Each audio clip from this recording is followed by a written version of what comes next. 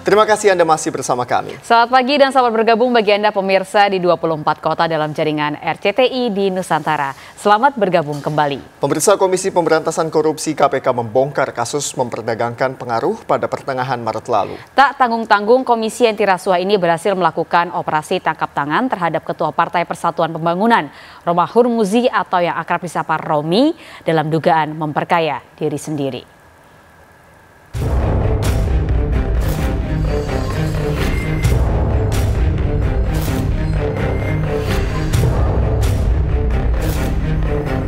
Kasus memperdagangkan pengaruh atau trading in influence kembali diungkap Komisi Pemberantasan Korupsi atau KPK pada pertengahan Maret lalu. Tak tanggung-tanggung, Komisi Anti Rasuah ini berhasil melaksanakan operasi tangkap tangan atau OTT ketua partai. Kasus ini mulai menyeret sejumlah nama. Nama Gubernur Jawa Timur Khofifah Indar Parawansyah jelas disebut Romi di hadapan sejumlah awak media usai menjalani pemeriksaan di KPK. Dari awal saya menerima aspirasi itu dari seorang ulama, seorang Kiai Asep Saifuddin Halim, yang dia adalah seorang pimpinan pondok pesantren besar di sana, dan kemudian Ibu Khofifah Indar Parawansa misalnya. Beliau gubernur terpilih yang jelas-jelas mengatakan, Mas Romi, percayalah dengan Haris karena Haris ini orang yang kerjanya bagus. Sebagai gubernur terpilih, pada waktu itu beliau mengatakan kalau Mas Haris saya sudah kenal kinerjanya sehingga ke depan sinergi dengan Pemprov itu akan lebih baik. Menanggapi nyanyian Romi, Khofifah Indar Parawansyah justru mempertanyakan pernyataan soal rekomendasi Haris Hasanuddin. Secara tak langsung, Gubernur Jatim ini menolak dirinya dikaitkan dengan kasus ini. Ibu, bahwa Ibu Khofifah memberikan rekomendasi kepada Pak Haris Hasanuddin kepada Mas Romi? Silakan tanya Mas Romi karena saya juga kaget gitu, rekomendasi dalam bentuk apa yang saya sampaikan. Jadi sebaiknya teman-teman bisa mengkonfirmasi kepada Mas Romi. Pernyataan yang sama juga disampaikan Asep Saifuddin Halim, pengasuh pondok pesantren Amanatul Ummah. Dirinya menolak jika disebut sebagai pemberi rekomendasi nama Haris Hasanuddin untuk menduduki jabatan sebagai Kepala Kantor Wilayah Kementerian Agama Jawa Timur. Tidak ada rekomendasi itu tertulis tuh, nak. Tidak ada saya memberikan rekomendasi tertulis. Cari kemana, tidak ada rekomendasi tertulis saya. Menurut Romi, pemberian rekomendasi untuk mengangkat seorang pejabat tidak serta-merta menghilangkan aturan yang sudah ditetapkan. Meski dirinya mendapat rekomendasi nama Haris Hasanuddin, namun proses seleksi tetap berjalan dan tidak ada intervensi. Oh, ternyata orang ini direkomendasikan orang-orang berkualitas misalnya.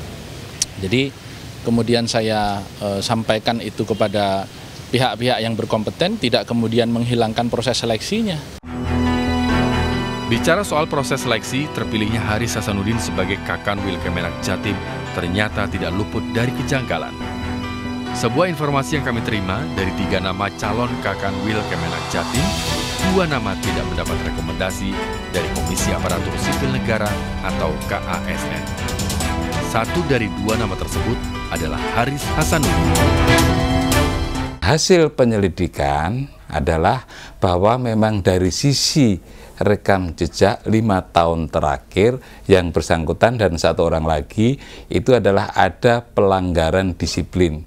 Karena ada pelanggaran disiplin, maka kita rekomendasikan untuk tidak diteruskan proses seleksinya. Itu yang pertama. Tapi kemudian di dalam proses berikutnya sampai di level penyampaian 3 besar, nama HH masih, kalau nama yang salah satunya udah nggak masuk. Yang H masih, sehingga surat kedua daripada KSN tertanggal 27 Februari juga merekomendasikan untuk tidak memilih saudara H. Nyatanya Haris Hasanuddin tetap melenggang maju dan terpilih menjadi Kakanwil Kemenak Jatim. Disinilah kejanggalan yang harus didalami KPK.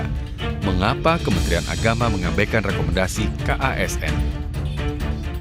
Padahal KASN adalah lembaga non-struktural yang mandiri dan bebas dari intervensi politik untuk menciptakan pegawai aparatur sipil negara yang profesional dan berkinerja, memberikan pelayanan secara adil dan netral.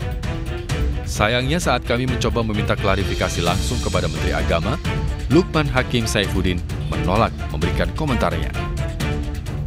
Tanggapan ini, Pak?